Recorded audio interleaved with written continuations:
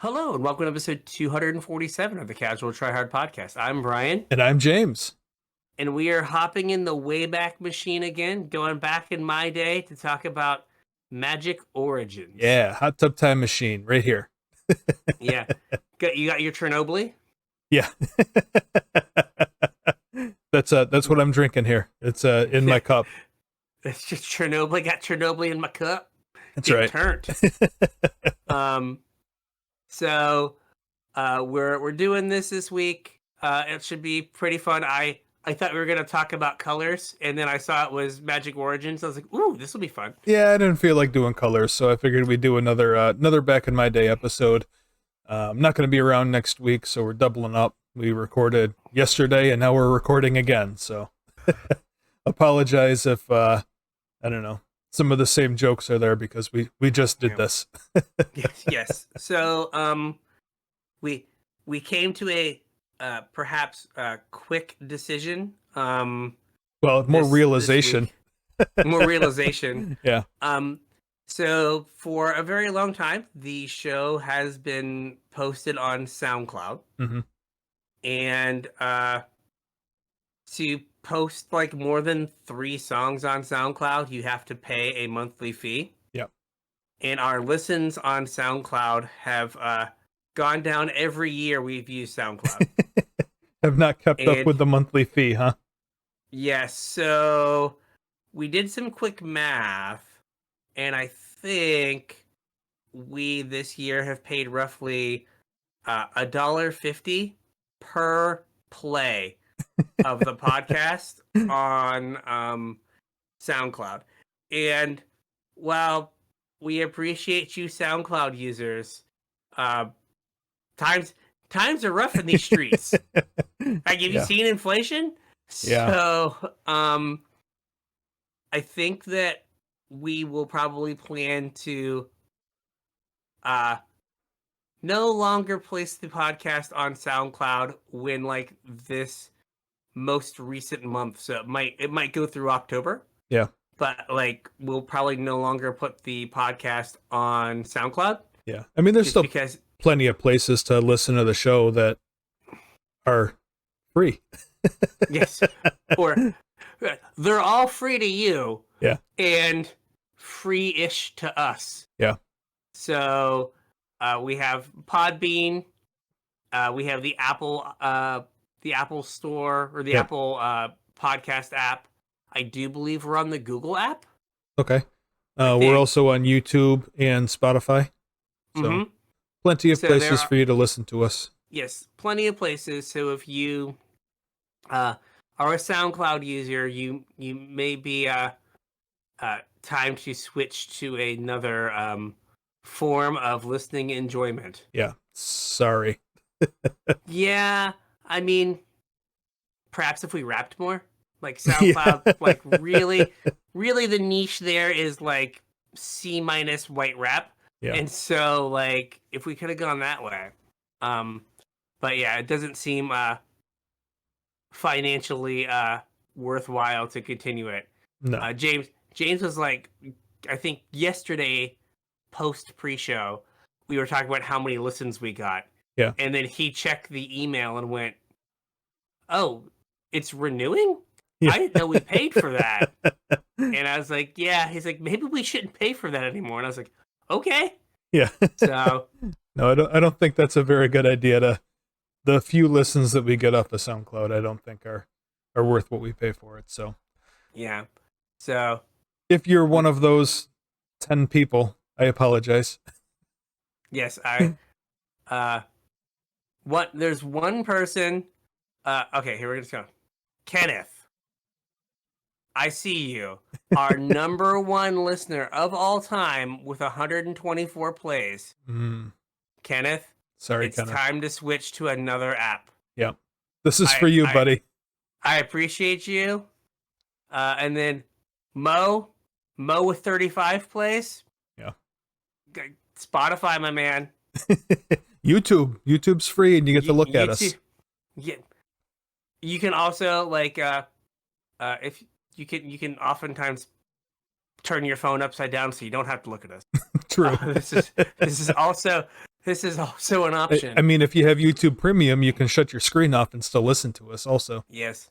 I am guilty of YouTube Premium. I've been really thinking about it. I watch a lot of YouTube, but I have not jumped on the YouTube Premium. So the reason we have YouTube Premium is Gavin hates capitalism. Yeah. So whenever he would see a commercial, Oh. he'd be like, "Oh no, it's broken. Make it go away. Daddy, fix it." Ah! And so when in the morning, the only way you can get him in the car is to like have him watch the iPad, Yeah. and then it goes to commercial. Yeah. And the world ends. Oh no. So I was like, is it worth the YouTube Premium price to A, not have the baby melt down and scream at me? Yep. We could have stopped there. Yes, it was worth the $15 for that. Yeah. But now I can't think of the last time he's actually seen a commercial. Right? Because like everything's Netflix and Right. and Disney. Disney and stuff. So like he doesn't see commercials. Yeah.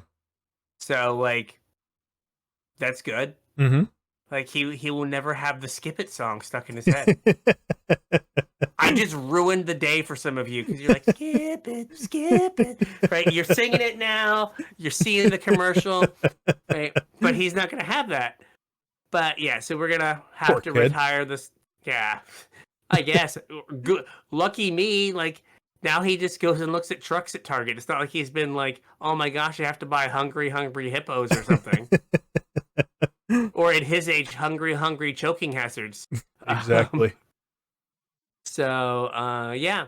So yeah, I'll probably cancel the SoundCloud subscription in the next week or two and just like let it lapse. Yeah, I mean, if you guys are really angry about it, all of the ways to let us know how angry you are in the description. Twitter, Facebook, email, Discord, whatever. You can let us know how angry you are, but I don't think it matters how angry you are because I don't think it's worth it. So you can let us know, but I don't think it's going to change anything. Yeah, if you're like super mad. Sorry, Kenneth. Sorry, Kenneth. Yep. I guess kind of on the same topic. If you guys want to support the show, you can do so in one of two ways. The first doesn't cost you guys anything. I'm assuming you guys are purchasing Magic product anyway. So you might as well do it using our TCG player affiliate link, CasualTryHard.com/TCG. Follow that link on over to TCG player, and any purchase you make will help to support the show. We would really appreciate it. It would help, cover these hosting fee costs. Yes. That we're paying for. I was going to say basically no reason, but I guess Kenneth is a reason. Kenneth is a reason. Yeah. And we have to pay the Podbean one or the podcast just gets recorded and it doesn't go anywhere. Yeah. We would post it to Patreon and that would be it. Yeah. And hey, we gotta stick on that Podbean grind because we are almost to 100,000 downloads. Yeah, I mean, we at least got to stick it out till 100,000 downloads. Yeah, really. So yeah, TCG player affiliate link. Buy your stuff there. Help us at the same time. Get cheap prices. Doesn't cost you guys anything extra. Helps us. Yes. If you want to support us more directly, speaking of Patreon, you can head on over there. Patreon.com/CasualTryHardMTG. Patrons get access to our pre-show. A whole another show out of us, about an hour's worth of content every week. Sometimes it's questionable quality because it's just us hanging out, catching up. No script, no editing, just raw us. Sometimes it's about Magic, sometimes it's not. It's been about inflation lately, so that's something.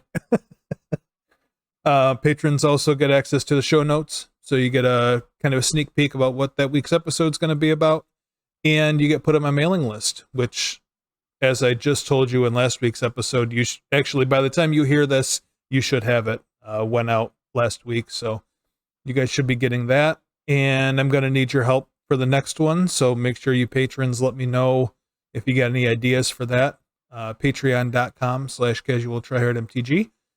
Chip a couple bucks in, however much you think we're worth to you, and help keep the show going. We'd appreciate it. Yeah. All right. So We are talking about what was supposed to be the end of an era. Dun dun dun. We're talking Magic Origins, which was supposed to be the death nail for Corsets. corsets. Yeah, and not like the ones you tie around your midsection. No, I barely. The only reason I know I have core muscles is because I'm pretty sure my rib cage does not sit directly on my pelvis. But other than that, I have no indications of core muscles. Yeah. So for a long time, at least some of the player base, like I think I subscribed to this, and perhaps you did as well, felt that like the core set was a good place to kind of have a kind of like back to basics, kind of like vanilla limited environment, Mm-hmm. and like not too complicated cards Yep. as a way to introduce new players to the game. Well, it also made And- sense because they always came out in the summertime, and that's when like kids head off of school. So you'd have this. I don't want to call it dumbed down because some of the limited environments were pretty good and they were like interesting and interactive, but less complex set in the summertime to grab the kids with nothing better to do. And the what they found out later, and part of the reason core sets came back, was the core set is also a really good place to print random cards you need to make your format work, right? That aren't constrained to a particular story. Yeah. You can randomly throw Tormod's Crypt into a core set, and you need to make no mention of Tormod or worry about story. Right. Like, just know, here's Tormod's Crypt. Hey, we randomly need Pithing Needle. Here you go. Here's Pithing Needle. Pithing Needle is like always the go-to example. Yep. Right, but like, do you need Graveyard Hate? Do you need like some random 2/2 for 2 with an ability to like? Do you need to reprint? The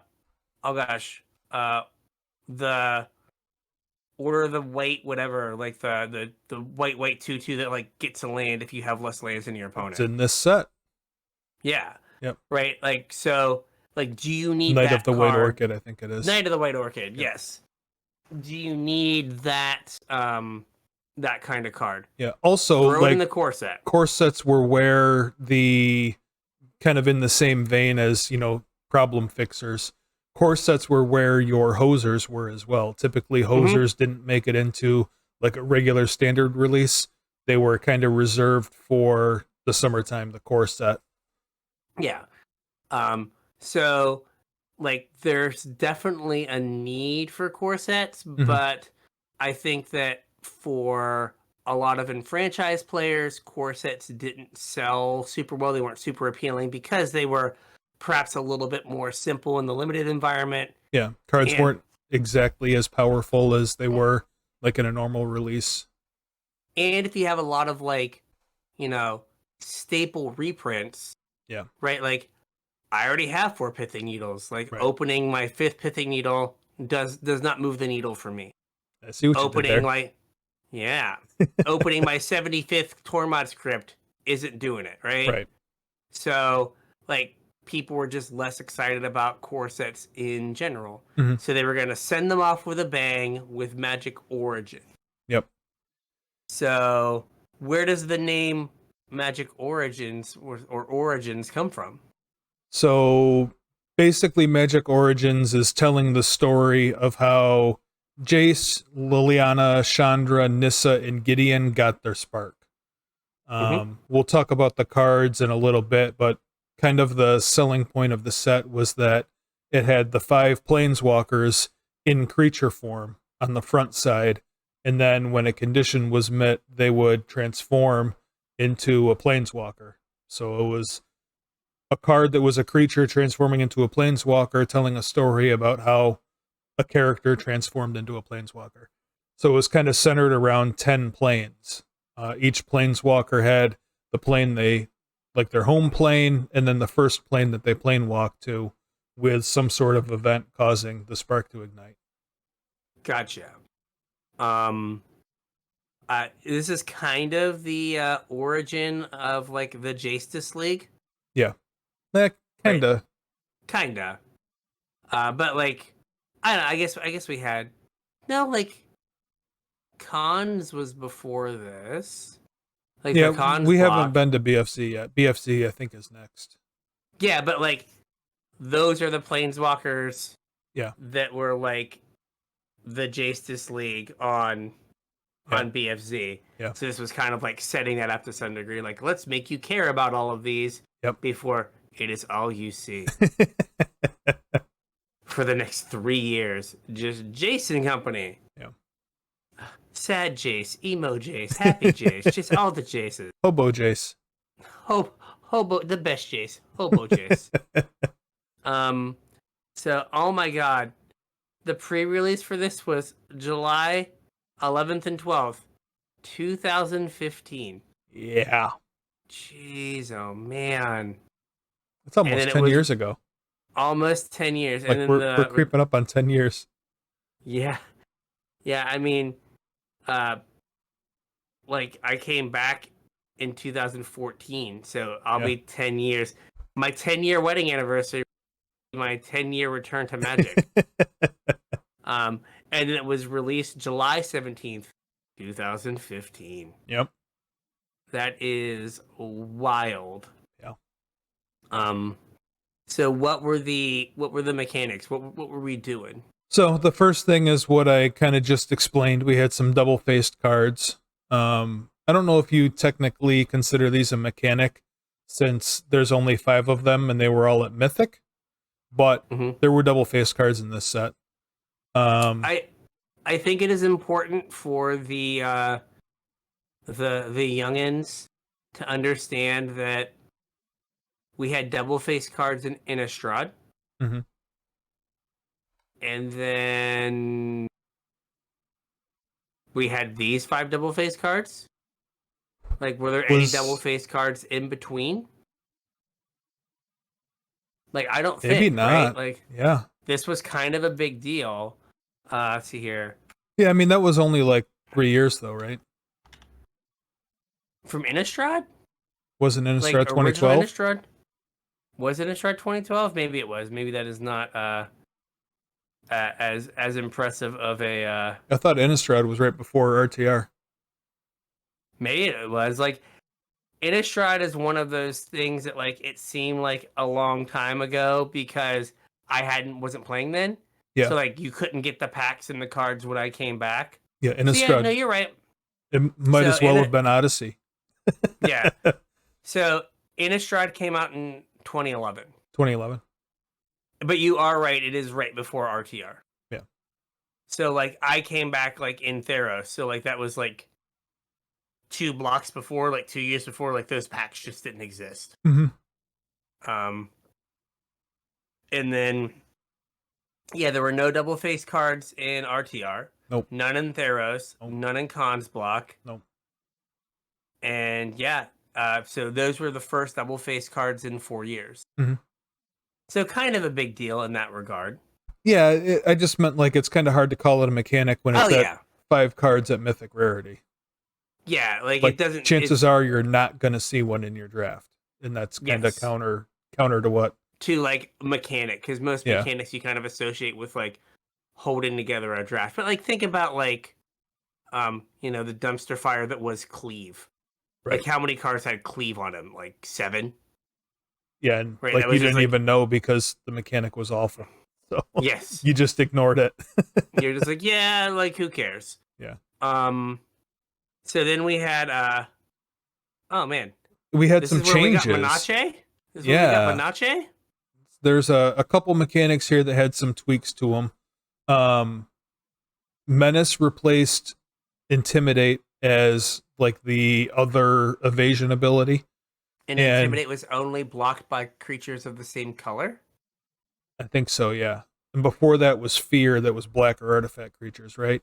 So it was Fear, then Intimidate, then Menace. Mm-hmm. And we've had Menace ever since. Yeah. That is the evergreen other evasion ability. We also had 2 promotions of mechanics to evergreen. Both Prowess and Scry became evergreen in this set. Previous to that, they had only ever shown up in like one set. Like Scry was in Theros, and prowess was cons. Cons. Yeah. It's cons block. So that's when they started being put on, like every set uses them. Mm-hmm. And then there were also 2 new mechanics for this set. The first is Renown, which cared about something being unblocked once. Like dealing damage, basically. You had to deal combat damage. Yeah, and then like the card would get a counter on it, and then it was renowned and did whatever the renowned thing was. Some of them were just bigger. Some of them were like, if it's renowned, you get to now do an additional thing either on hit or just like in general. Yeah. Now was I'm having a hard time remember. Like renowned, I don't think produced any like constructed playable cards that I remember. So it was just kind of a limited mechanic. But was it a +1/+1 counter? It was a +1/+1 counter. And that was part of the ability. That wasn't part of like whatever happened afterwards. I think getting renowned put a counter on it. Yeah. And then put a +1/+1 counter on it. And then there was like, hey, if you're renowned, do a thing. Right? Okay. So, and now there are different numbers for renowned. I'm looking at an uncommon right now that had renowned 2. So it got 2 counters. It got 2 counters. So I didn't remember renowned having a number. Yes, it was renowned 1, renowned 2, and then like here's Council's Lieutenant, which was white for a 2/1 first strike with renowned 1, and then when it attacks, if it's renowned, another attacking creature you control gets +1/+1 until end of turn. Okay. So like there were things that would turn on with being renowned. Yep. But like it's one of those mechanics that they have to be careful what else they put in the set, because you can't put a +1/+1 counter card in the set. Right. Because then like, you can't track it. Yeah, did I get this counter from being renowned, or did I get this counter from... I mean, that it wouldn't matter anymore because Arena tracks it for you and they don't care otherwise. Yeah, this is very true. Yeah. But back then they did, though. Well, I have heard that, like, kind of brief tangent, like when we had, Phyrexia All will be one with the oil counters. Yeah. They just shot everyone down who suggested, well, maybe this just needs a +1/+1 counter to like for balance. They're like, no, we can't have like stacks of oil counters and then a random +1/+1 counter. Okay. So, but yeah, so it was a good limited mechanic, and I think we've talked about it before. What was the best common in the set? We'll get there. Let's finish this up first. Okay. Okay. And then the other mechanic that was just for this set was Spell Mastery. Mm-hmm. And Spell Mastery cared about having, was it 3 instants or sorceries in your graveyard when you cast a spell? I feel like it was 2. I think it was. But I will look. I could definitely be wrong. I know there was a burn spell that had Spell Mastery that saw play. It still sees play. Fiery Impulse. Okay. If there are 2 or more instants or sorceries in your graveyard, Fiery Impulse does 3 damage to that creature. Gotcha. So it's 1 for 2, or if you have Spell Mastery, it's 1 for 3. Yep. And then the Demonic Tutor. Yeah, Dark Petition was the one that I remembered because I played a lot of that card in seasons past.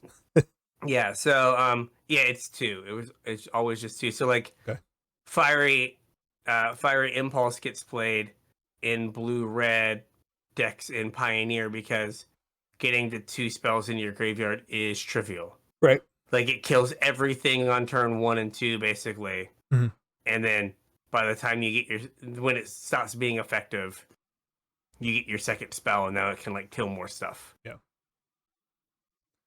So that was that mechanic produced exactly 2 3 playable cards, like constructed playable cards. What's the third? The card you forgot existed, Exquisite Firecraft. Oh, yeah. Like it still sometimes randomly sees some play. Mm-hmm. So, yeah. And that kind of leads into where you were going, where I stopped you, is the pertinent limited archetypes. Yeah, I guess I should read the show notes more closely. I don't really remember. Like, I didn't play a lot of limited during this time. I was still. We'll talk about this a little later. Still trying to find myself as a Magic player in this time period. And limited was not my thing. I very much wanted to craft the best deck that I could and like try and tweak it and make it better. And my thought process at the time was limited was kind of counterproductive to that. So I don't remember even doing a single Origins draft. But all right, if I remember correctly, this was the Topin Freeblade format. This was a Topin Freeblade format. So I went and I just let's talk about Topin Freeblade first. So Topin Freeblade was a 1 in the white 2/2 that if it got in, it got renowned. It had renowned 1, and if it got in, it got a +1/+1 counter. Right? It just made it. It had vigilance. It just made it so it was bigger than everything else. Yeah.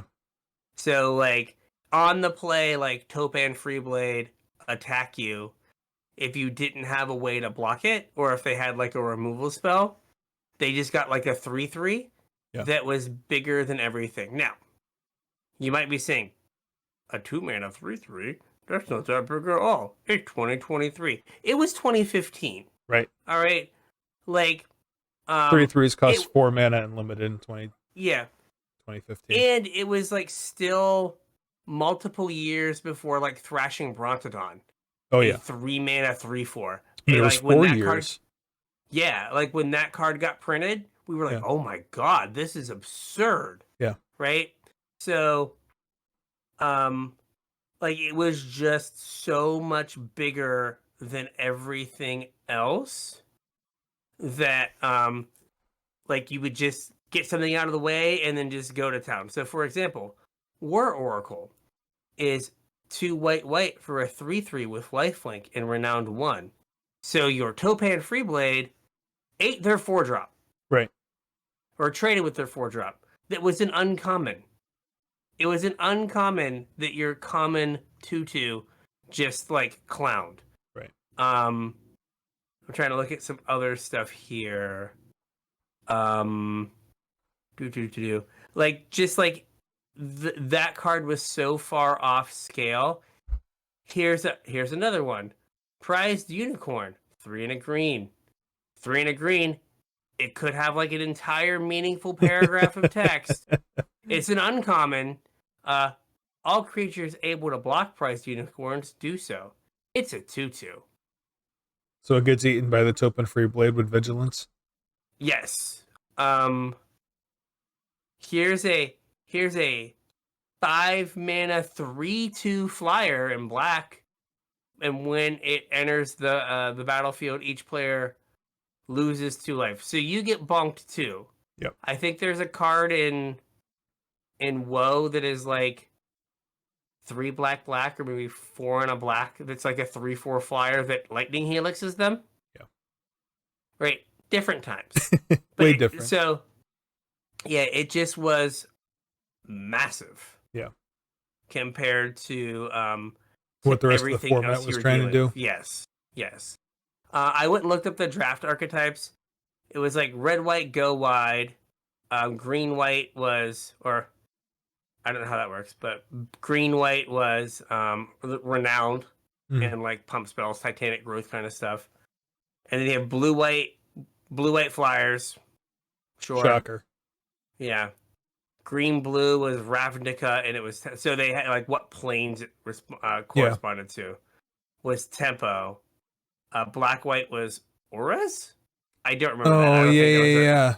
Because this was, if I remember correctly, that the card with the kids on it, Blessed something or other. Like that was the first time it got reprinted, and people were excited.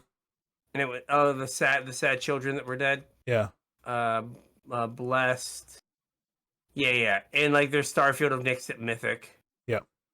Where are they at? Oh, Blessed Spirits. Yep. Whenever you cast an instant or sorcery spell, put a +1/+1 counter on it. It's a 2/2 flyer for 3. Yeah, okay. So vaguely, um, and then black red was sacrifice because it always is. Right. Uh, and then red green is mid range beatdown creature ramp As it because always again is. it always is. And then black green is mid range attrition and elves because this is where we got shaman of the pack. It is.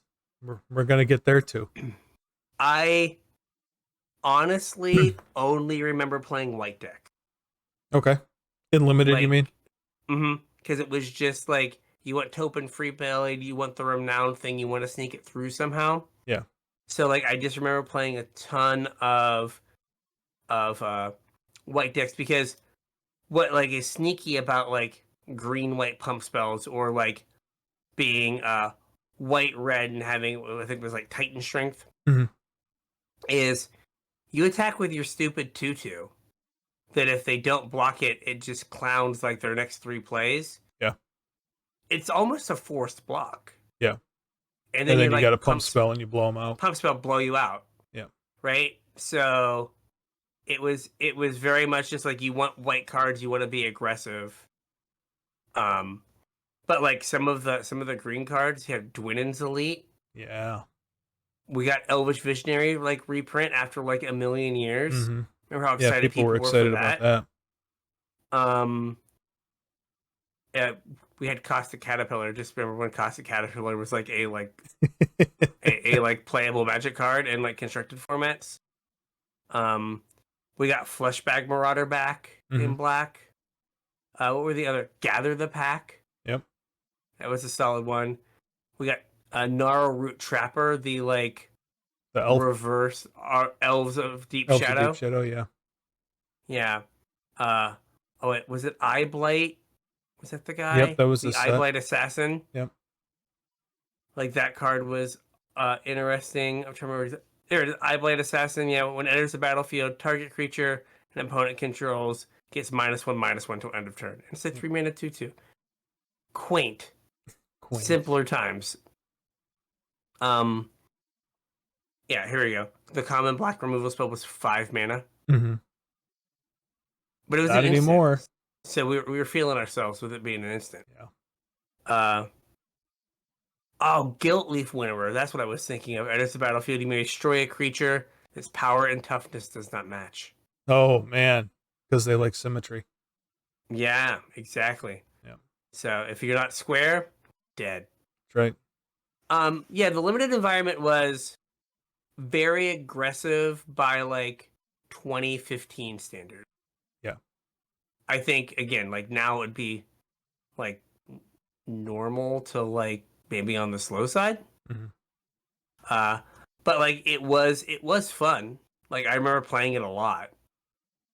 Well, I mean, if I told you that the best limited card in WoW was a 2-mana 2/2 with vigilance, like you'd laugh at me, right? Oh yeah, yeah. Like no way. Like what's the other paragraph of text? Yeah. Oh no, there's nothing. It's just, it gets a +1/+1 counter sometimes. Yeah. That's it. Like yeah, I think we can do better. 2023 says holding the beer. Exactly. But yeah, no, it was good. Like there are perhaps an outsized number of cards from this set in my cube because like the blue red archetype, like there was a lot of like things that came in and made like thopters or tokens and stuff. Yeah. So like you have a lot of the gear per things that were like, yeah, here's like gear per gear crafter. Here's a 2/1 that makes a 1/1 for you. It's like thanks. Oh, Aether Grid was in this set, wasn't it? It was. It was gear per Aether Grid. Yep. Like just some good solid like that magic cards. Like gear per Aether Grid was like a reasonable build around in 2015. Yeah, I mean it also saw play like in Modern at some point. It did. It wasn't Affinity. Yeah. So yeah, I don't remember. Like, I wish I could remember like specifically like, oh man, this was like an amazing like limited deck. But like, I think it was just like you want Topin Free Blade and you want as many of them as you can get. Yeah. And then ways to get them through. Like that was like I said, I didn't play much limited during this time. I think the only limited I played was pre-release at this time. So Like, what's funny is like I've not played a ton of WoW, but I've still done like what would have been close to like 2 to 4 weeks worth of drafts 7 years ago. Like I've done 4 drafts, right, and I'd be like, oh man, I've done a bunch of drafts. yeah, And like now it's like I haven't done that many. I usually do like 30. mm-hmm. All right. So what were our like standard decks? So I just kind of went based off of what the PT decks were because we used to be able to do that. Yeah. PT had a lot of mono red. There's a link there if you want to pop it open and check it out. But there was a lot of mono red. This version of mono red had Monastery Swift Spear, Zergo Bellstriker that we talked about during the Dragons back in my day episode. Mm-hmm. Stoke the Flames was in this mono red deck. I don't think Rabble Master was, because Rabble Master would have rotated by the time Origins came out, right? So it was Fire Drinker Satyr, Ooh. Lightning Berserker. Oh yeah, Lightning Berserker. Monastery Swiss Bureau, 3 Zergos, and then 4 Abbot of Carol Keep. Yep. Modern playable Abbot of Carol Keep.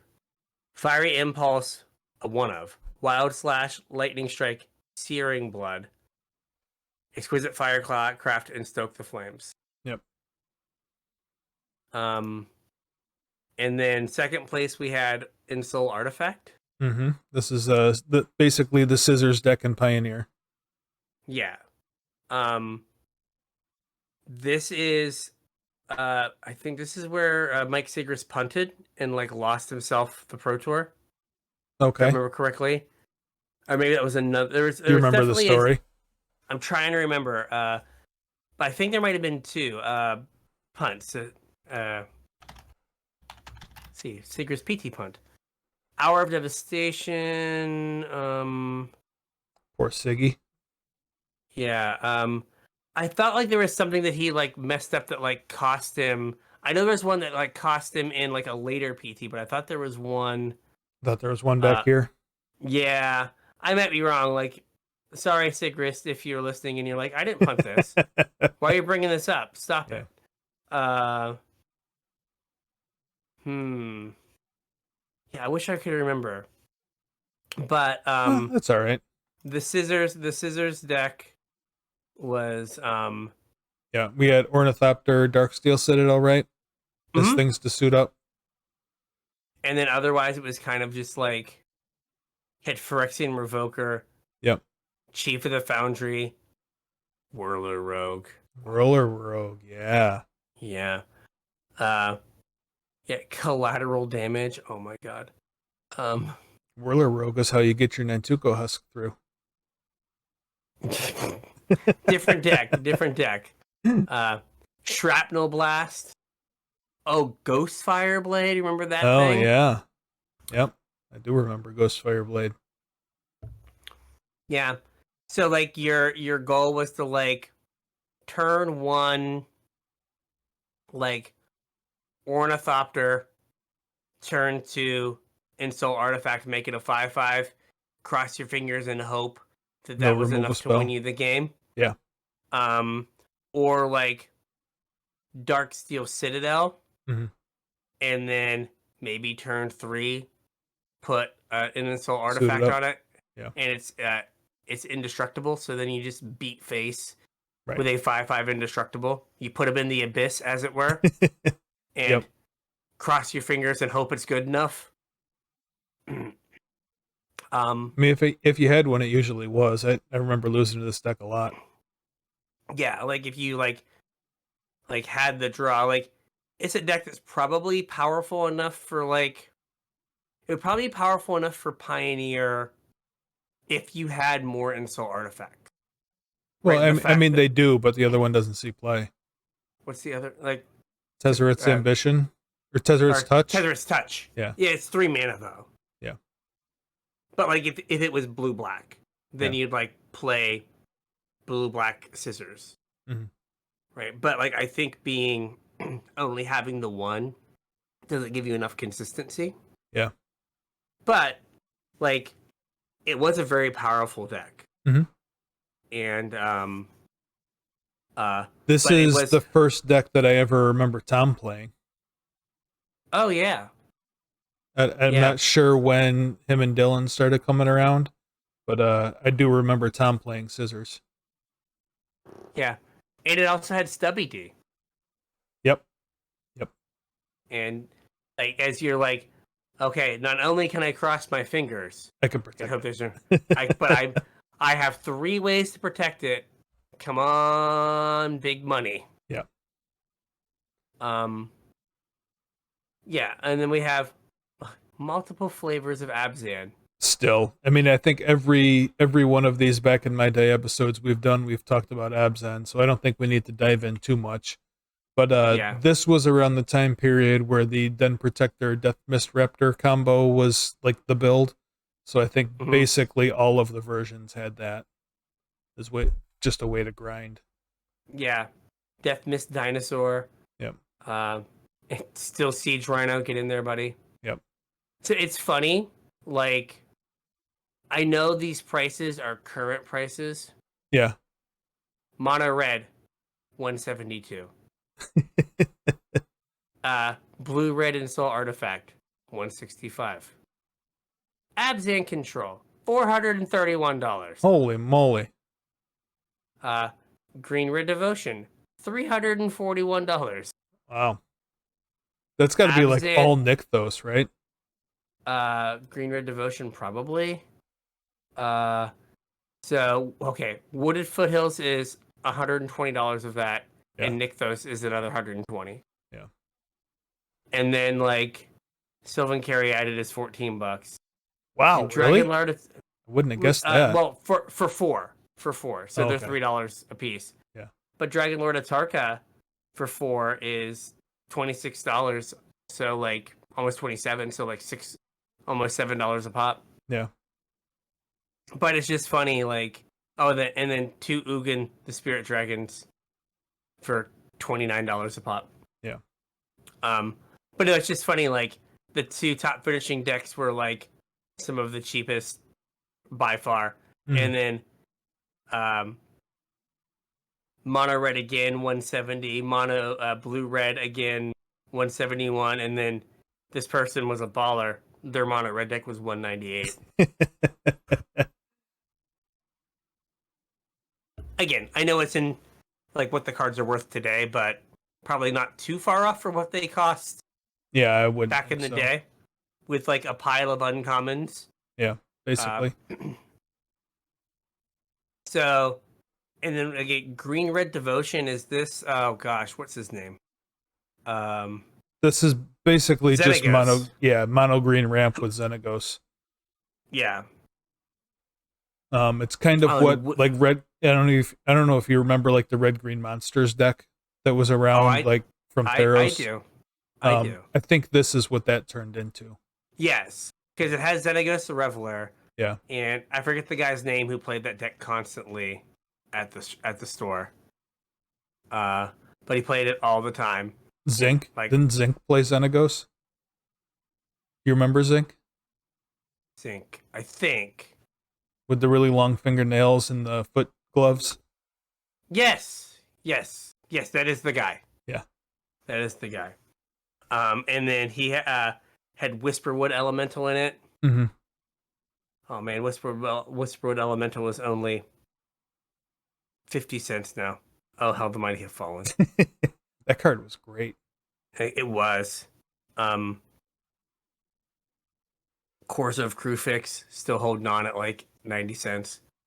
Yeah, but basically it's just like mana dorks, or like the best kind of mana dorks you can get in standard at the time. I guess we had Elvish Mystic and then a bunch of like 2 mana dorks. Yeah, Sylvan Kyriadid and Rattleclaw Mystic. Yeah, and then like Courser to hit your land drops, some like kind of like good 4 and 5 drops, and then you had Genesis Hydra. Yeah. Where you just dump all your mana, make a huge Hydra, and then play another threat off the top. Yeah, whatever the thing was that you found. Yeah, like, oh my gosh, Arbor Colossus. Whew. I still have a whole pile. I think I have 10 or 12 Arbor Colossuses. So This card was a house back in the day. Yeah. It's 2 green, green, green for a 6/6 reach. And you can pay 3 green, green, green to put 3+1/+1 counters on it. And it would destroy target creature with flying and opponent controls. When you put the counters on it. When you put the And you counters could do on it. that once. Yes. Quaint. Yeah. Again, quaint. Yeah, but that card was a house. Mm-hmm. Yeah, so like we were in kind of that portion of like standard where like it seemingly like every pro tour there were like multiple like mono red aggressive decks. Yeah. That did really well. There was like a streak for a couple years, right? Because we had a Tarka red, mm-hmm. and then we had this deck. Yep. Like it was just like mono red over and over and over again. But a very and this was after Rabble Master, right? Because Rabble Master was in M15. Core 15. Yeah. Yeah, like it is definitely after that. So like it's held together with like again like we said, Fire Drinker Satyr. Right. Yikes. And like Lightning Berserker, a 1/1 for 1 with fire breathing. But it has dash. It does. So you can pay 1 mana to cast it every turn with haste. With haste. As opposed to, you know, coming in out of nowhere. 1 mana once. Right. But doesn't have haste. Doesn't have haste, like a sucker. Oh my gosh. In 10th place or in 9th place, like at least based on constructed win rate, the Dragon Master. Yeah. Brian Kibler. Mr. Kibler. Yeah, just like random like, oh yeah, like he used to play Magic. Like and like he played Magic pretty well at a time not too dissimilar to when I was playing. Mm-hmm. Yeah, like, he's known for more than just Hearthstone. Yes. Is he like might be good at he might have been good at Magic. Yep. Oh man. That's kind of crazy. You look at his recent finishes. Yeah. His recent finishes are what is this? They stop in 2016 with Grand Prix Oakland, which happened in January. Yeah, 2015, then, 2015, 2015, 2015, 2015, 2016, 2023. Yeah. With a March of the Machines draft. Yep. Yeah, just funny. It's like, oh yeah, Kibler, that guy who did Hearthstone commentary, played Magic and was very good. Represented our nation. That's right. So, and then what else we have here? We have many flavors of Abzan, and like Nykthos has been busted for as long as there's been a Nykthos. Yep. And then just a couple decks that were already around we talked about during the Dragons episode. Esper Dragons is still kicking around, and Jeskai Prowess is still kind of kicking around. Yeah. Like, I think something that was maybe, I don't know, he kind of still had, like, Siege Rhino was still kicking around. I'd say, like, it felt like there may have been, like, more churn in, like, decks. Mm-hmm. Where, like, you know, we're gonna like be playing against Shieldred till Shieldred rotates. Yeah. And then he'll just go to Pioneer to live in Modern and Legacy. Yeah. But like, you know, like we've been playing against Esper midrange in Standard for how long? Forever. A lot, like since Rafine. Yeah, probably. Maybe even before that. Mm-hmm. I feel like there was an Esper mid-range deck before Rafine, and then, like, obviously the deck's different with Rafine, but... Yeah, but, like, it just feels like there's a little bit more, like, turnover where, like, you know... Like, I don't think you could ever have, like, the Insult Artifact deck. Yeah. Like I just like that's just not of a power level that can like exist. Right. Uh so that it's just like it just seemed like you're like, oh, like Esper Dragons, the deck that was like the deck of like the previous like Pro Tour or two. Mhm. Just like not really anywhere to be found. I guess like well, Kentaro Yamamoto went 8-1, but like that doesn't count. Like he just no. But like, you know, you just are like, oh no, I'm sorry. That was Abzan. I'm sorry. There you go. Here's someone who is playing Esper. But like it just like it was very much like the deck and then it just fell off. Yeah. Like we've not like the cards that are playable enough are so powerful now that they don't fall off. There used to be more churn in standard. Well, so I like when I was putting this list together, I know I said that I referenced like the PT Origins because that's pretty representative of what people were playing at the time. But like I mean, I remember people still playing Esper Dragons, Yeah. like in this time, and so I mean, that's not. I didn't Yeah, completely go off just the PT. Like I knew that there were still people at FNM playing Esper Dragons, and there were yeah, still but people. you know what I mean? Like as like a top deck. Yeah. Right? Like it used to be that a deck would come up and it would be not so much better than everything else typically. Yeah. That like, you know, like there was a deck that was like a card or two away. Yeah. And it got that card or two and then it was able to like compete.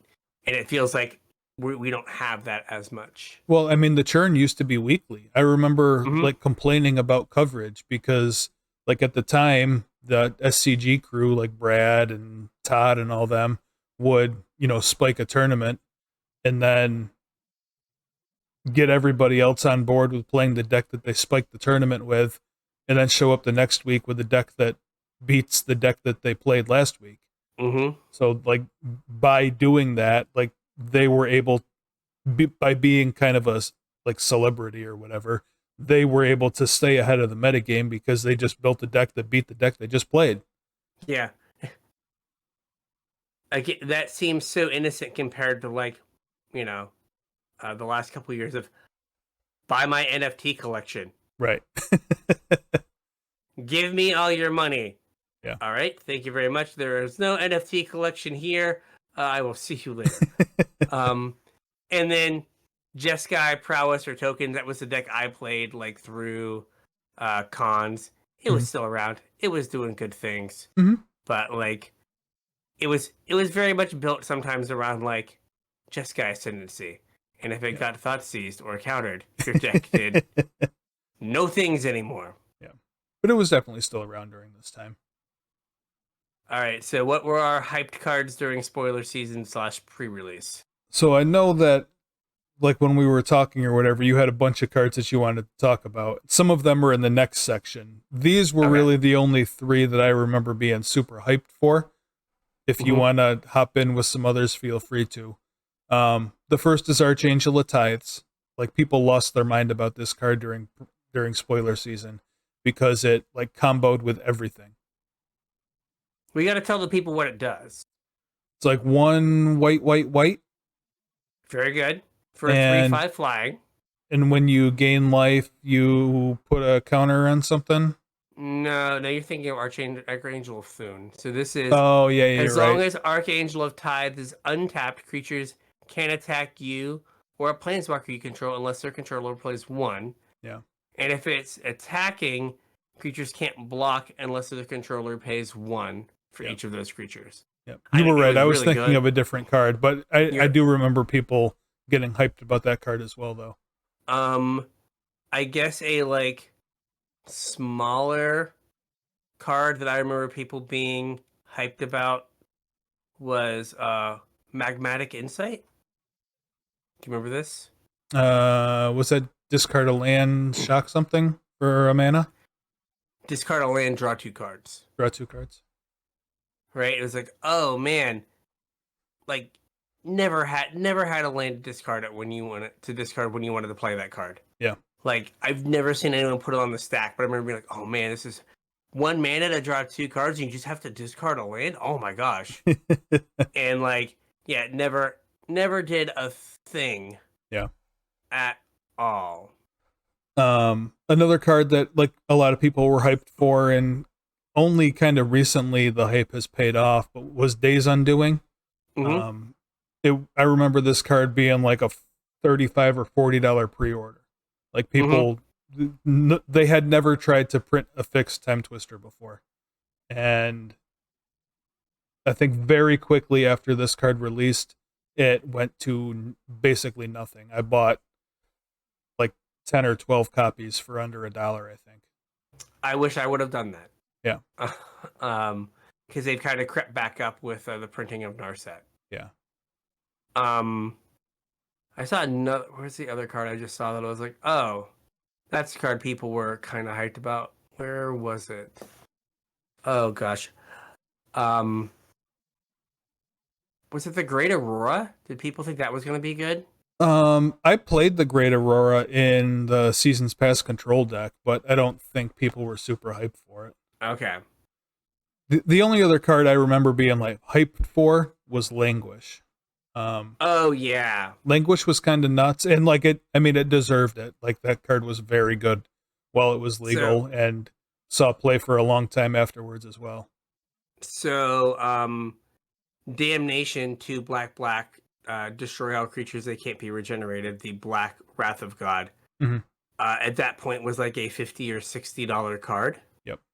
And so people saw Languish as, again, Damnation at home. Yeah. Like, oh my gosh, it kills like all these creatures in Modern. Like it'll be so great. Like I can play Languish instead of Damnation, kind of deal. Yeah, I mean, it was also, I think the game day promo was Languish. Mm-hmm. It was like a full art Languish, and it was gorgeous. Gorgeous. Yes. We also had like kind of a key reprint that feels silly now. Remember when Smash the Smithereens was like $5? Oh, yeah. And they printed Smash the Smithereens at Common Mm-hmm. in Origins, and it was like, oh my gosh, like I can finally get Smash the Smithereens for like Legacy Burn. Yeah. Right? Like just wild. Yeah. All right, what is our next section? Are these the cards that we missed? No, well, these are cards that were kind of important for non-rotating formats. Okay. So stuff that like may not have been hyped, but ended up seeing play over the course of time as it has gone on, or immediately. Like some of these are kind of silly to think about, but the first up is a card that you've mentioned a couple times now, Abbot of Carol Keep. So this is 1 on the red for a 2/1 with prowess. Ooh. And when it comes into play, you get to exile the top card of your library and you can play it. Yeah. So this let you hit lands. So like the play pattern was you wanted to play it on 3. On 3. In the hopes of exiling a land and playing it. Yep. You never exiled the land on 3. Right. Very rarely. But like it was a card that like Patrick Chapin played in Modern. I remember people talking about it for like old formats, like Legacy and Vintage. Because you could like hit your Moxen off of it, yeah. Yeah, but it did see some play. Yeah. At the time, like I didn't play any older formats. I only played Standard, so I never really got the hype for this card, and I couldn't ever understand why it was expensive. Because this was like almost a $10 card at one point, I think. Yeah. And then what else do we got here? Yeah. Next up, we have Goblin Pile Driver. It's 1 in a red for a 2/2. 1/2. 1/2. Protection from blue. Yes, for can't some be reason. Countered? Or could it be countered? But I think it's just pro blue. And then every time a goblin ETBs, it gets +2/+0. Close. Whenever it attacks, it gets +2/+0 until end of turn for each other attacking goblin. So yeah, so it can get big really fast. It does just have pro blue. This again was another expensive card when it was printed, and it was like a staple in Legacy Goblins. Yeah. Right. True Name can't block it. Right. Pro blue. Pro blue. and like it can end a game real quick. Mm-hmm. Yeah, and so everyone's super excited this was getting printed. Uh, it didn't do like anything in standard, No. and people were excited it was like getting like it was getting put into modern, Right. and then did nothing in modern. Right. But like we were like, oh yeah, the goblin's coming, baby. Yeah. Didn't really do anything. This is this next one's, I don't know, kind of makes me feel bad. But Pia and Kiran, Mm-hmm. Chandra's parents, we got their first card in Magic Origins. 2 red for a 2/2. When it ETBs, you make 2 Thopters, I do believe and I then am you checking. could sack a Thopter to shock something. Maybe I don't 100%. Sack. It was 2 in a red. Sack an artifact, and it deals P and Kieran deal 2 damage to target creature or player. Yeah. This got played in Modern Jund briefly. This saw a lot of play in a lot of places. Yeah, like I had a bunch, and they did like I think it was like a dual deck or something printing where there was like a foil version, art version of the card. Mhm. I had some of those because like, oh, this card, again, man, this card's like the new Hunt Master. It's gonna Yeah. be around for years. No, Yeah. it like hung out for a while and then got like went away. But for like a shining moment, it was like, oh my gosh, this is amazing. Yeah, I mean, kind of like Abbot of Kirill Keep. I don't even know if either of these are like uncommon power level today. Yeah, like I was like, oh, this would fit in the cube well. Like this is definitely like if you printed this at uncommon now, you'd be like, Yeah, but like I don't even know if it's like up to the power level of uncommons today. it might not be. You might be right. And then we got Scab Clan Berserker. Yeah. It's like 1 red for a 2/2. 3/2? It's a 2/2 It is a 2/2. with haste, renowned 1, and whenever an opponent casts a non-creature spell, if Scab Clan Berserker is renowned, it deals 2 damage to that player. So like the idea was get it in early, you know, and then like your opponent tries to storm off in Modern or Legacy, and they just get Scab Clan Berserkered. Yeah. Or they're playing like Moxen in Vintage. Yeah. And this like did see some play in Vintage for a while. Mm-hmm. Like, okay, now you get to like kill the like they can't play all their mana because you're like hitting them for 2 each time they play something. Like I think the line of like Black Lotus play Scab Clan attack was like not as absurd as it just sounded coming out of my mouth. Yeah. Right? But like that was something like, oh man, I get my Scab Clan now, like their Black Lotus deals them too. I don't think that this is an expensive card or it ever really was an expensive card. No, but I don't think it ever like took off. Like still a desirable card though. I always see this on buy lists. On what? Buy lists. Okay. So yeah. Or whatever that's worth. Yeah, but it's funny. Like just Black Lotus this. Yeah. That's what you're using your Black Lotus mana on. That is what you're using it on. And then we have I just have to step aside. Then we have the elves. Go, Elf Master. Yeah, Legolas, so go. We had a bunch of cards for elves, like we mentioned earlier. Elvish Visionary was reprinted in this set. I think you mentioned Dwynen's Elite already. 1 in a green for a 2/2, and if you control an elf, it brings a little 1/1 buddy with them. And we also got the gold card for black green with Shaman of the Pack. 1 green black for a 3/2, and when it ETBs, it domes your opponent equal to the number of elves you control. And like these cards were huge for elves because up until this point, elves had been kind of a combo deck, not quite to the level that like Legacy Elves was in Modern. I'm talking, but it always relied on like green or going to get a Crater Hoof and hoofing your opponent. And now you didn't have to do any of that. Like they pretty much dropped Crater Hoof completely, and were instead of casting Crater Hoof, you were going to get a Shaman of the Pack and draining your opponent out. Also, like it made it so it could be a company deck, Yeah, for sure. right? Because like your big finisher deal 10 was a 3-drop. Yeah, you get it off a company. Um, and then you have the flip walkers. Yeah. I remember people initially being excited. I'm not going to remember what all of these do, and I don't think we have to go through what all of them do we? No, if you don't want to. Well, I just meant like both sides of all 5 cards would take a while. This is true. This is true. I remember people like at pre-release being excited for Liliana and Nissa, Mm-hmm. and I know for a little while Chandra saw play. Yes. Like in Um, like burn decks. yeah, but nobody cared about Gideon or Jace. And those were the two that saw play. Gideon saw play? Gideon saw play in some mono white decks. Right, because Okay. he would attack and then flip. Yeah. Like, Well, I mean, Liliana and Nissa did see play. Yeah. But the issue came with Jace because nobody thought Jace was good. And then when people figured out that Jace was good, it went to being, I think, the most expensive card, legal and standard, of all time. Like ever? Yeah. Yeah, it was like $90 or $100. I think at one point it was over $100, but yeah.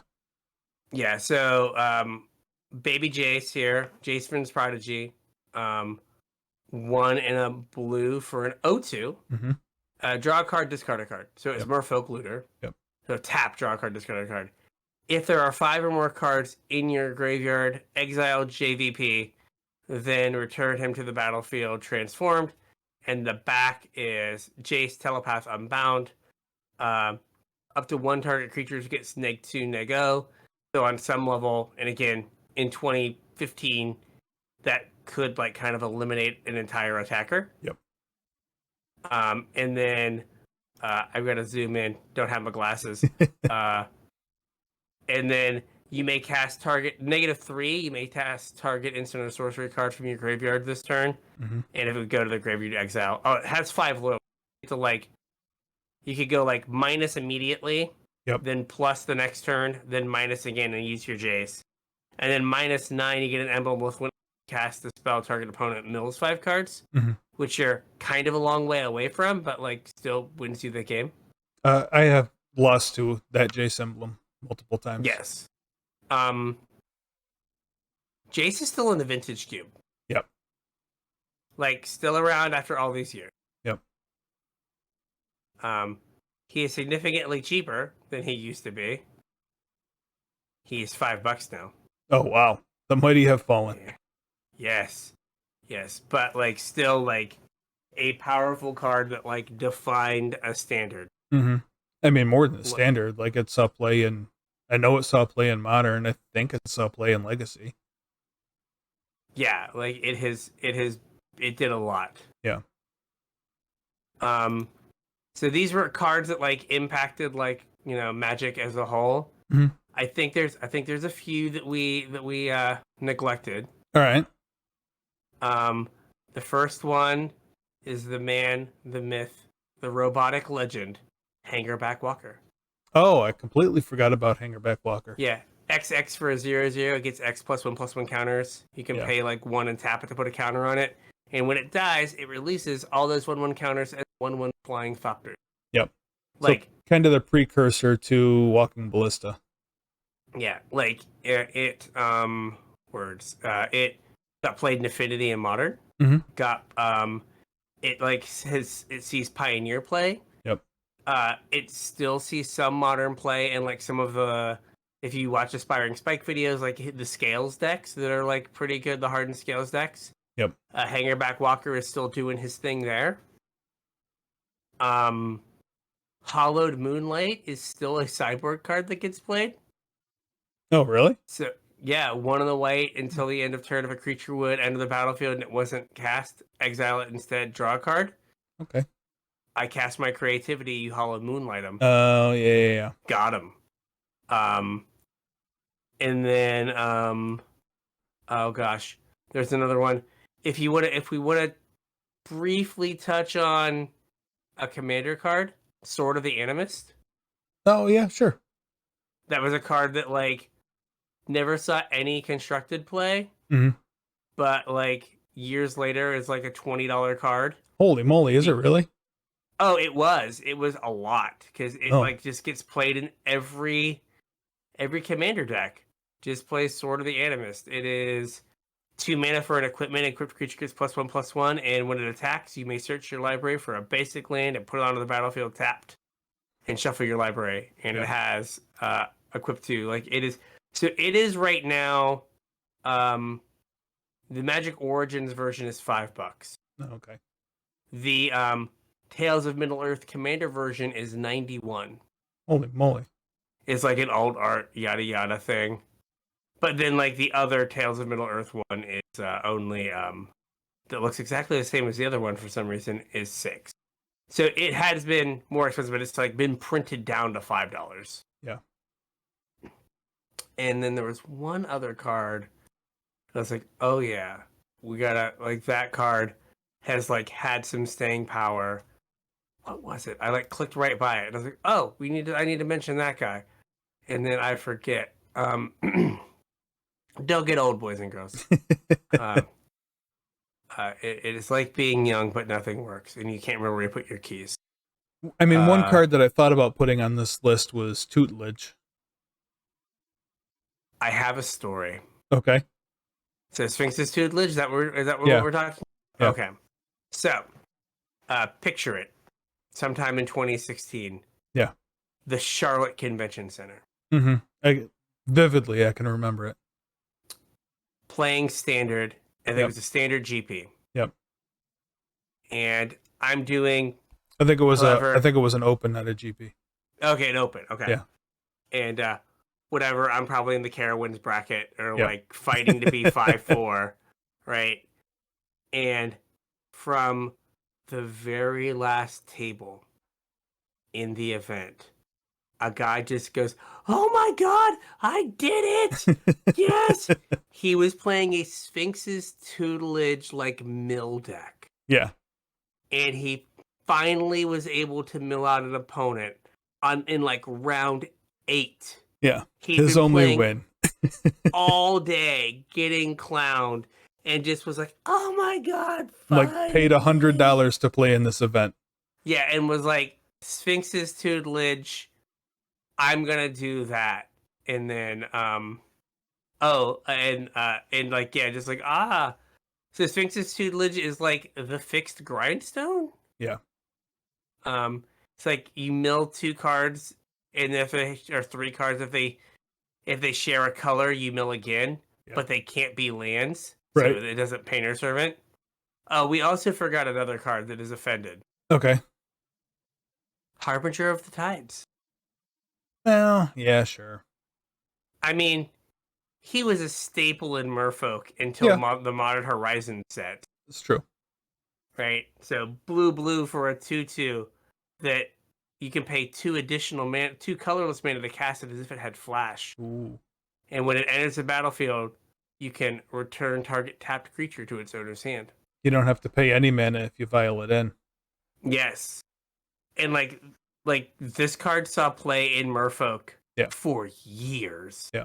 It was like one of like the best non-Merfolk, non-Lord Merfolk that deck had for literal years. Yeah. I think it took like Tidebinder Mage. Yeah. Like took that spot. Yeah, that was a and then again another commander card, Alhemret's Archive. Yeah. Like it has seen some spicy commander play. Yeah.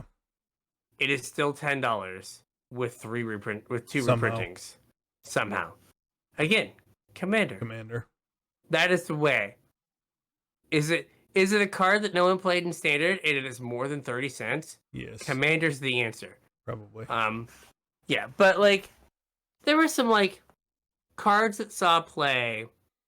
They weren't like archetype defining. They were a lot of times they were like cards that kind of like are those glue cards, maybe like a marginal upgrade over something, or like, you know, a fringe, like, oh hey, like I like getting 2/1/1s now, for my 4 mana, as opposed to like getting a 2/2. Yeah. Right. Like I like 2/1/1 flyers better than a 2/2 ground wolf. Yep. Okay, and I can throw these flyers. Okay, that seems good. Like just little things like that. Mm-hmm. And then like a couple random like Days Undoings, or we forgot Demonic Pact. Oh yeah. Well, we kind of talked about it. Oh, Demonic Pact. No, we did forget about Demonic Pact. Yeah. So 2 black for an enchantment. Beginning of your upkeep, choose one that hasn't been chosen. Demonic Pact deals 4 damage to target creature or player, and you gain 4 life. Target opponent discards 2 cards. Draw 2 cards. Lose the game. Lose the game. What was the little cat thing? Harmless Offering. Harmless Offering. Yeah. That didn't come until a couple years later, though. Yeah, it was like Harmless Offering was there with Demonic Pact going out the door. Yeah. It's like, please take my thing that says lose the game. Yep. I have drawn my cards. I have gained my life. Yep. Take my cards. No, please lose the game. Please lose the game. Do not kill my thing. Please lose. Yeah, I think overall, like, it was a good set. Yeah, it was fine. Like it's. I think it's exactly what you want out of a core set. I did as well, and like I think on some level, like, there's not, with maybe the exception of Jace, a card that you're like, ugh. Right? Like every card, you're like, oh yeah, I remember that card. That did this. Like that was good in this deck. Like there's a lot of like. Oh, I don't even feel that way about Jace. Yeah, like I mean, I'm not a blue player, and I enjoyed playing Jace. Yeah, but it's like maybe Jace, but I agree. Like Jace wasn't like a card that felt like super oppressive. No.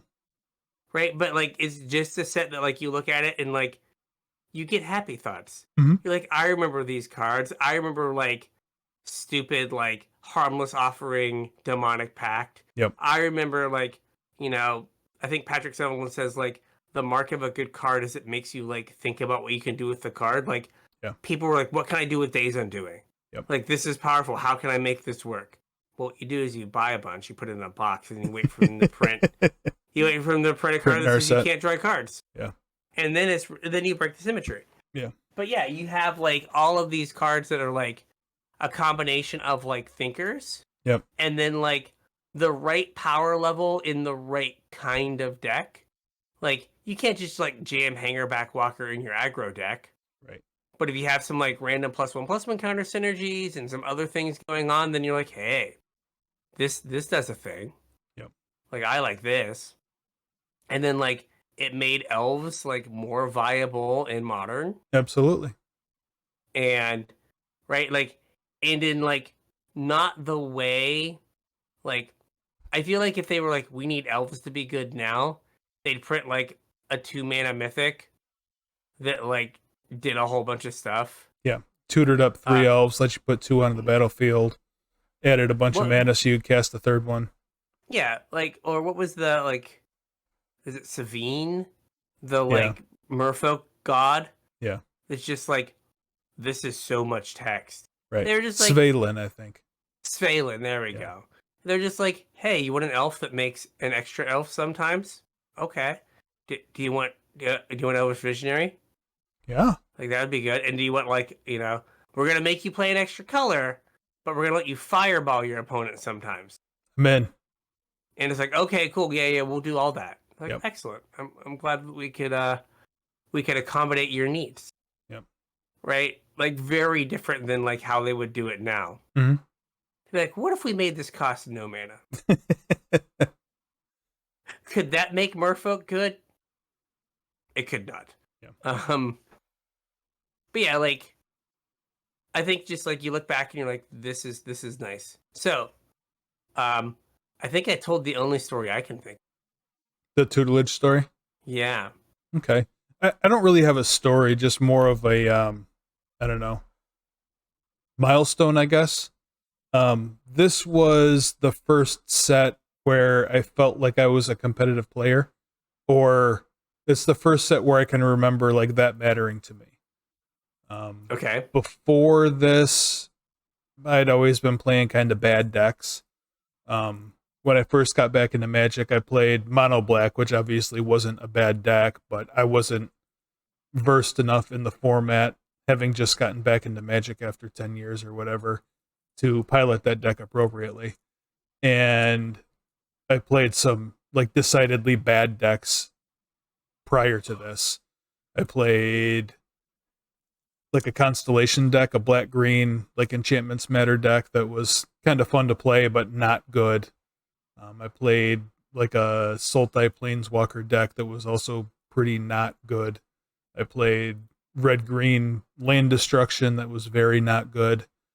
And I had just kind of gotten into competitive decks. Like I had built the Death Mist, Den Protector, Abzan decks and played some of those. And for this standard, I started working on elves, which kind of, and I've told this story on the show before, but I'm going to tell it again because I feel like it. But I started building the elves deck, the company, Black Green Collected Company elves. And that kind of morphed into a Rally of the Ancestors deck, which it was like an elf-centered Rally of the Ancestors deck, where I was rallying back Shaman of the Pack to like fireball my opponent out, which kind of led into what the Rally of the Ancestors deck turned into, like the 4-color version with all the token makers and the Nantuko You Husk. cut and all out there that. for a second. Oh, okay. You said 4-color and then it went away. Yeah, with the like the token makers and the Nantuko Husk and like the combo version, playing Jace, and I ended up on that deck list quite a bit before like I got big, because that deck really didn't like cement itself until the very end of that standard season. And I think it was after BFZ came out, because I remember like that deck picked up Catacomb Sifter. It won GP San Jose, I Okay. do believe, in 20 in like January like 10th, 2016. Okay. But yeah, I had been on the deck for basically this entire standard season, and it was kind of vindicating, I guess. That's not the right word, but Validating. that's the word. Yeah, thank you. It's late. My brain's fried. Sorry. It was validating for like the format to have come around to the place where I like brewed my deck to. And my deck was really only like 2 or 3 cards off of the GP winning deck. But it also taught me a lesson about net decking, because what I had worked so hard for basically an entire standard season on was like basically popped up and then was solved the next week. So don't waste 4 months of your life brewing and tuning a deck that the collective might of the internet's gonna solve in a week. Yeah, it's like you only have so much time.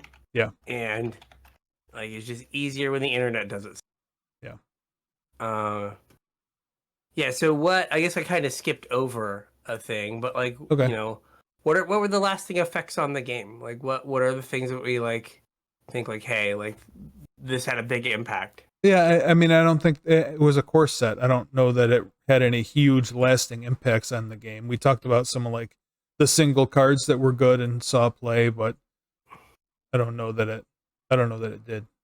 I think that one thing that it did, right, is this was one of the first times that they like in a long time that they brought back the flip cards. Mm-hmm. And imagine if the flip cards came back and they weren't popular. Yeah. Right. That's or they true. weren't good. They might have shied away from flip cards. Yeah. Right. And so like all of the flip cards were interesting, and it was like, I know you could like argue that they kind of did this with like werewolves and the transform cards, but like using like card mechanic and then the transforming feature to like tell a story on the card. Yeah. Right. And like that was maybe not new, but as someone who had been playing for only a few years, it was kind of a novel thing. Yeah. Right. And now like I feel like they design a lot of cards that it's like, oh, hey, it's clearly a story where you do this, and then like you've met the condition, and then like Right. the scared puppy flips over into like mama dog or whatever, Yeah. right? Or I guess the scared cub becomes mama bear or Yeah. whatever, right? Like there's a lot of those cards now, Mm-hmm. But and they didn't like used to be. they didn't really used to be. And then like the next time they did this was Nicol Bolas the Ravager, Yep. right? Like the same kind of thing where like it was the only flip card in the entire set, Yep. and it was like, hey, I tell this story, and like I think this kind of ushered that in, which is kind of interesting. Mm-hmm. And uh not that we need reminded of this as a Magic community, but maybe we do. We are kind of atrocious at judging cards, Yes. right? Like everyone thought Jace was terrible and Jace was like really good. Right. And uh I definitely had a ton of Herald of the Pantheons because I thought that card was going to be really good. Mm-hmm. Uh it was not. Spoiler alert. Spoiler alert. Oh, I was wrong. It wasn't Herald of the Pantheon. It was Starfield Mystic was the one I had a bunch of that was Oh yeah. worth more than I could have ever dreamed it being worth. Yeah. And it was Basically like the same $3. card. Yeah. Basically the same card, but one's white. Yeah. So yeah, I think that like kind of opening the door to those kind of like double-sided cards and like, storytelling with the card plus mechanic. Yeah. And then just, the friendly reminder that like we are in fact kind of bad at this. I mean, we Like- try not to be, but yeah. Yeah, well, not like us, but just like Magic players in general, right? Yeah. Like you see the cards that are like currently like being played, and it's hard to sometimes like not to like separate like, well, I don't have to just slot these cards into an existing deck. I could just make a new deck with them, and then these cards have a totally different context than we currently have. Yeah. It's hard to like make that leap. Well, I mean, that's kind of why we started doing the show, Yeah.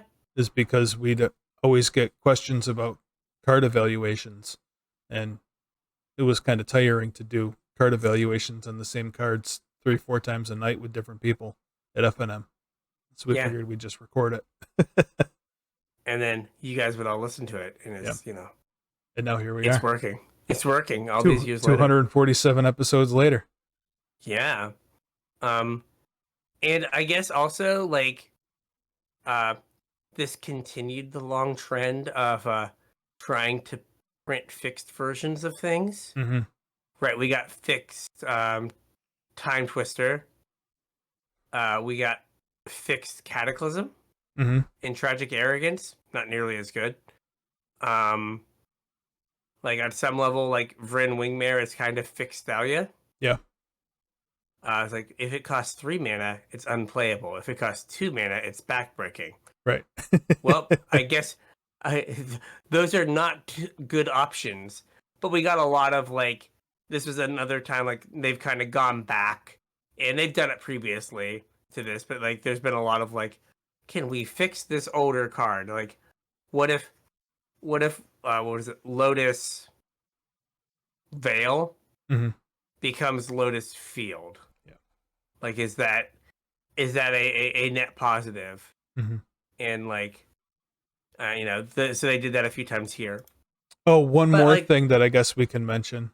It Okay. not really on the same topic, but I remember we were talking about Abbot of Carol Keep and how that card's Mhm. kind of not even uncommon level playable now. Yeah. I remember like legitimate conversations about that card, comparing it to Bob. Oh yeah. That Abbot of Carol Definitely. Keep was just the red Bob. It was the red Snapcaster, the red Dark Confidant. It was was in the conversation of like, there's always a talk about what is the best one in a color card. Yeah. Right. And it was Dark Confidant in black, Yeah. Snapcaster in blue, Tarmogoyf in green, Yeah. Thalia in white, and there was talk that it was Abbot of Carol Keep in red.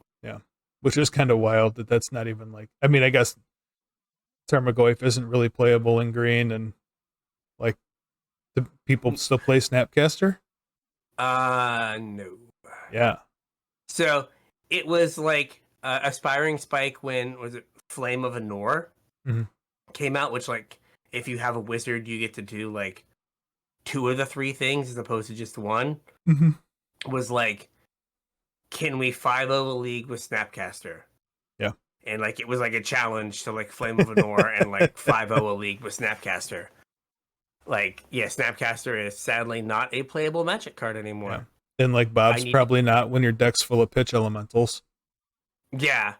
Or like, play Bob, immediately get it run in 6th. Yeah. It's like that was less good. Yeah, but like yeah, it was in the like conversation of what is the best 2-drop red of the color 2-drop of all time, which is crazy in retrospect. Yeah. All right. But again, like if they like looking back on this set, I don't think you go like, oh, this just comes off as like an enjoyable set. Mm-hmm. It didn't break anything really. Right. Like people didn't enjoy the rally deck, but that wasn't Jace's fault. No. I mean, if anything, that was the Fetchland's fault. Yeah, but like it wasn't like, oh man, this is miserable.